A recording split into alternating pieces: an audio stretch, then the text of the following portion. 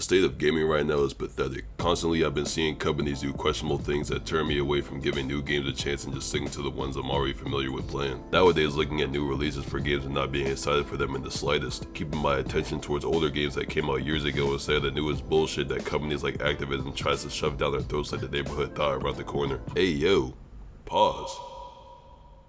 I'm sorry. Leaving me with this feeling of being bored. Not bored in the sense of there not being anything to play, because there is. But bored in the sense of there not being anything new because all the quote-unquote new stuff that's being released is the same as the last. A perfect example of this would be Black Ops 7. Listen. I know the game hasn't dropped yet, but just hear me out, alright?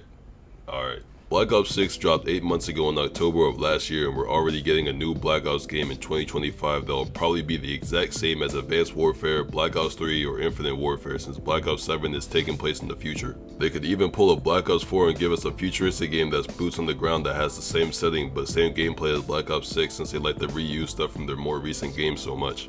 You see the problem? Not only are we getting a new Black Ops game in back-to-back years, something that's never been done in Call of Duty, but I highly doubt this game could be any different from experiences we've already had. Jetpacks? Black Ops 3 did it first. Exosuits? Advanced Warfare. Futuristic technology? Black Ops 2 started and other CODs took it to greater heights. Robots? Do I even gotta say it?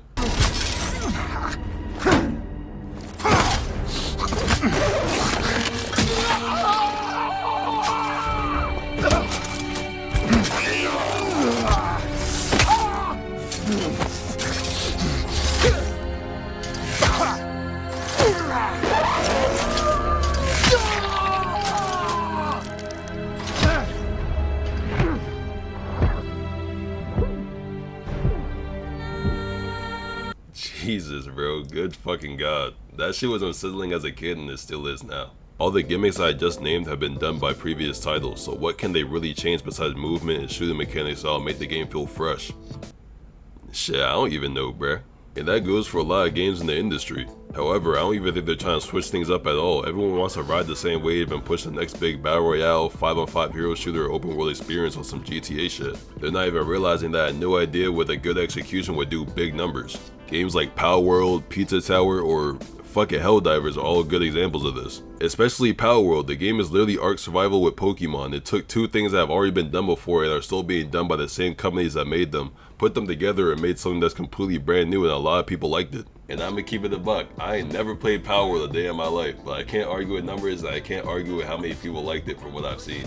And I'm not bringing this up to say that companies should completely throw away the old in exchange for the new, because we still need games like Call of Duty around. What I'm saying is, repetition is one of the main factors in why gaming is so ass now. We don't need a new Call of Duty every year, and if you're still gonna give us one anyway, at least find a way to make them feel different from the last one. A good example of this, which I hate to say it, is Mario Kart World. Despite the fact that I hate Nintendo for what the fuck they did with these $80 games and these overpriced consoles, I can't lie and say that the difference in World in comparison to Mario Kart 8 and 8 Deluxe is astronomical. Better graphics, new gameplay mechanics, more racers, more characters. I can't argue. I can't argue with it. I don't own a Switch 2, nor did I even play Mario Kart World. I don't even think I'm going to ever. I'm not buying that bullshit. But they did literally exactly what exactly what I'm talking about. They gave 8 and 8 Deluxe its time to breathe, gave it a couple years under its belt. They dropped a new game this year that feels completely different from the last two titles, while still feel like it's still the same. It's still Mario Kart. It's still gonna be Mario Kart at the end of the day. But they added things that made it feel fresh. Literally the only bad thing about it is the open world and the fact that the items are too OP. But other than that, like everything else, I can't argue with it, bro. And people are liking it too. People. Despite the open world, I don't know why they added the open world just to ride the wave, literally how I said.